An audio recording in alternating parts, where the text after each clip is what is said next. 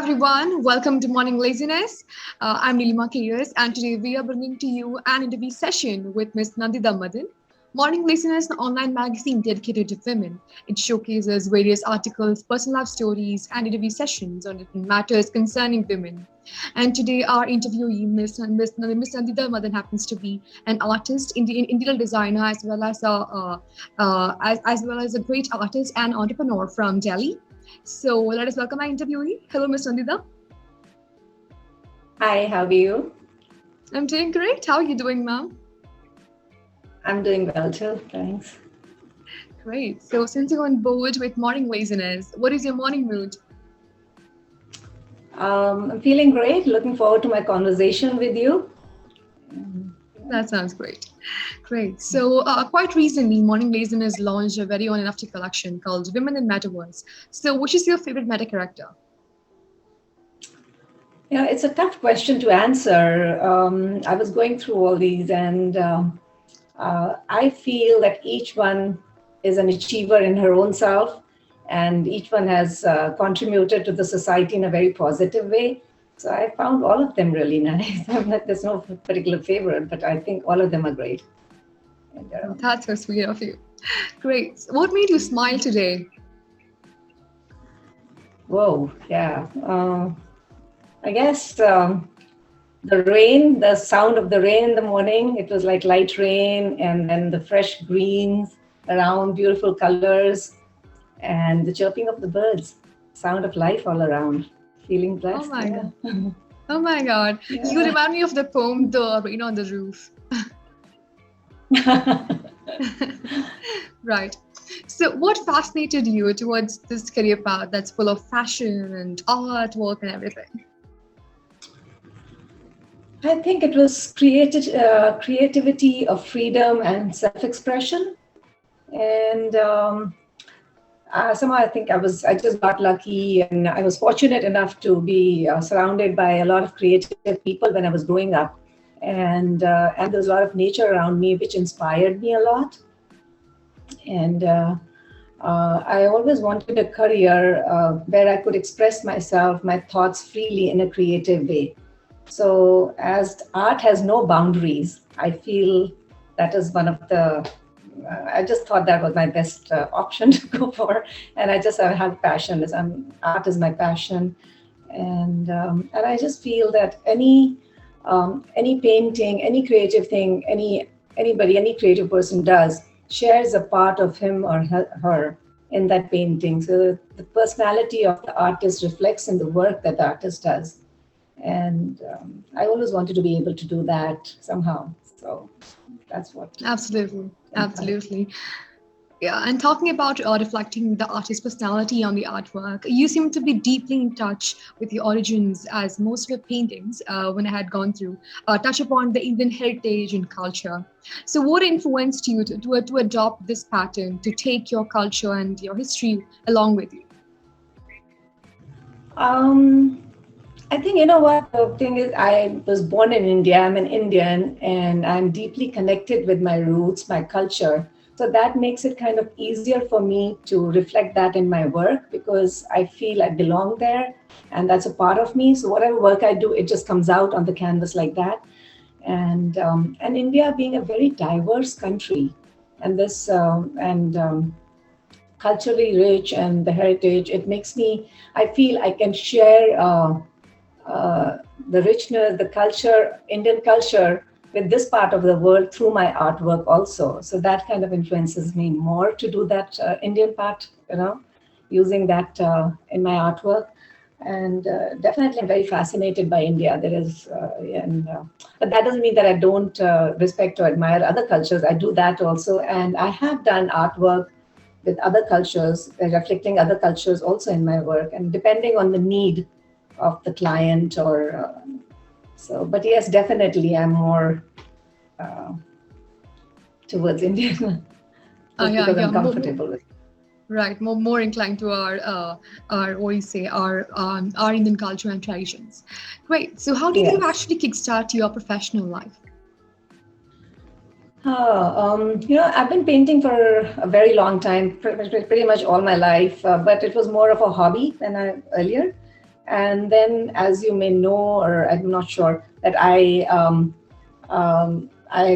belong to a group of um, that owns specialty ethnic restaurants in the DC metro area, like Rasa, Indie, Bombay Bistro.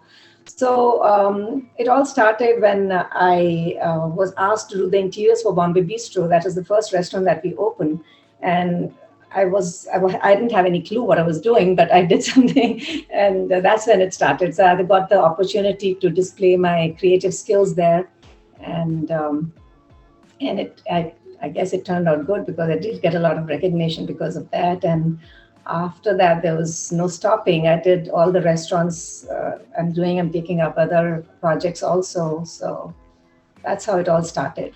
So I'm grateful to my family and friends who encouraged me and helped me live my passion. So, Great. Great, yeah.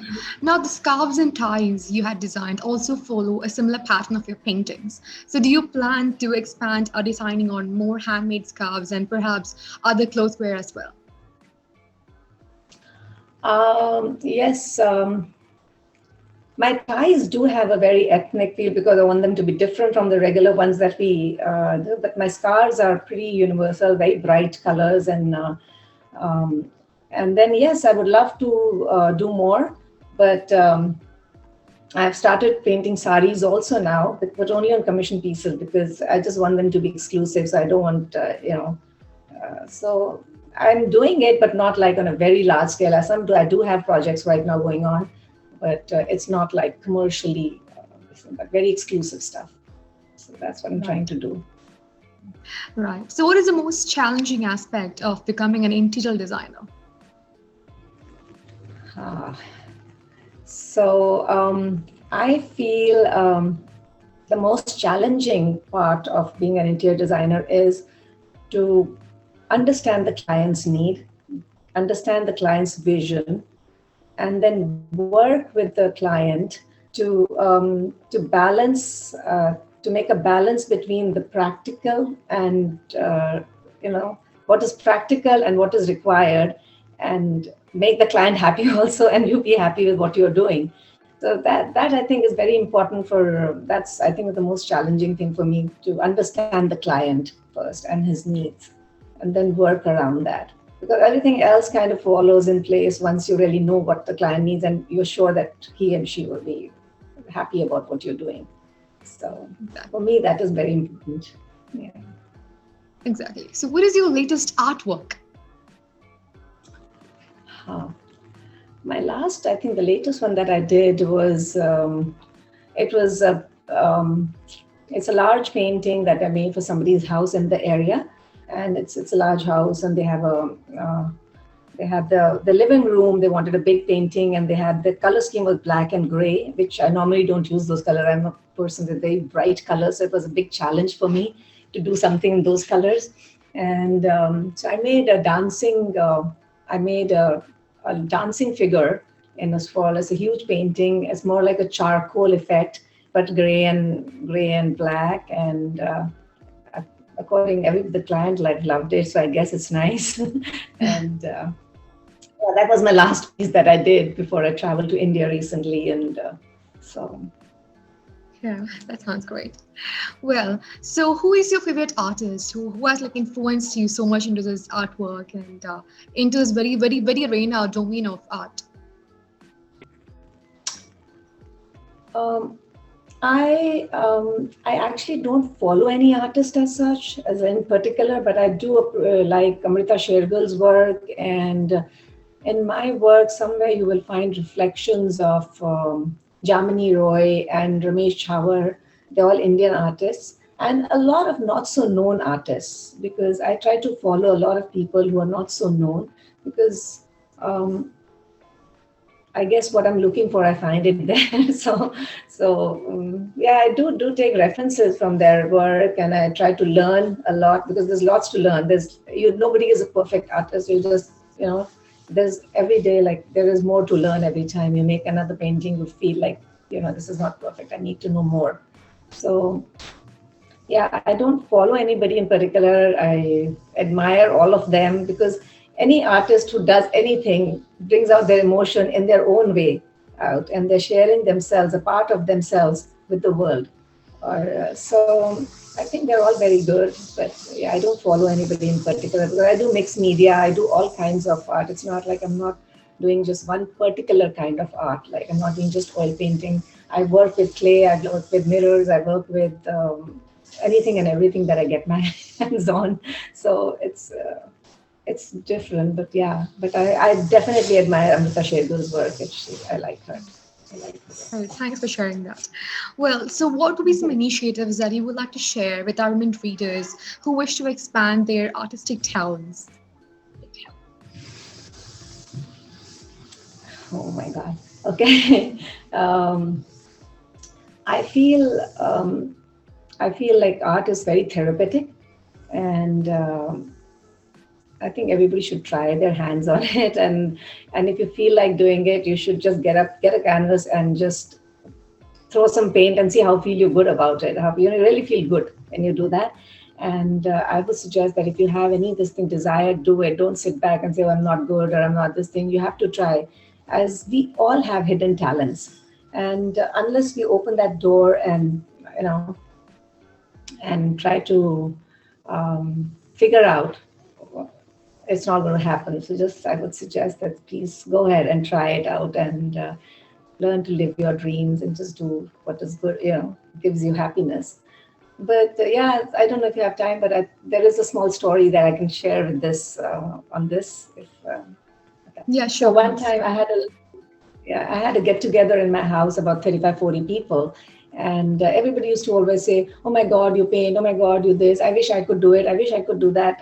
So it just thought came to my mind. It was outdoors. So I took out my easel and put a large canvas out there. And I put some paint there. And I told each one of them to come up.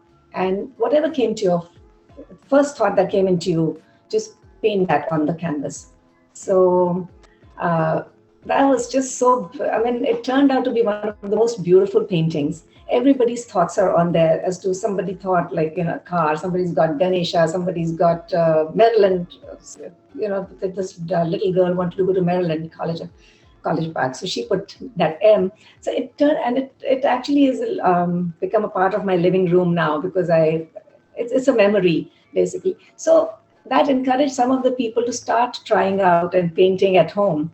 And then now what they do is sometimes they'll paint something and send me a picture. See, I tried painting this. I tried this. So just I would suggest that people should try out whatever they feel. Don't think that I can't do it. You can do it. Well, that was a very inspiring story. So, now lastly, what do you think this world needs the most? I feel it's basically, I think we need peace and environment friendly attitude. That's what is the most important thing right now for me. I feel that's very important. Very true. So, on You that probably note, we come drink. to the yeah, yeah, sure. Yeah, so on that note, we come to the end of this interview session. Thank you so much, Miss Nandita, for joining us today. We truly appreciate your time. And I had a great time learning more about your artworks and your journey through art, discovering art, and your passions. So thank you once again. And thank you, audience. Hope you had a great time with us today. Thank you.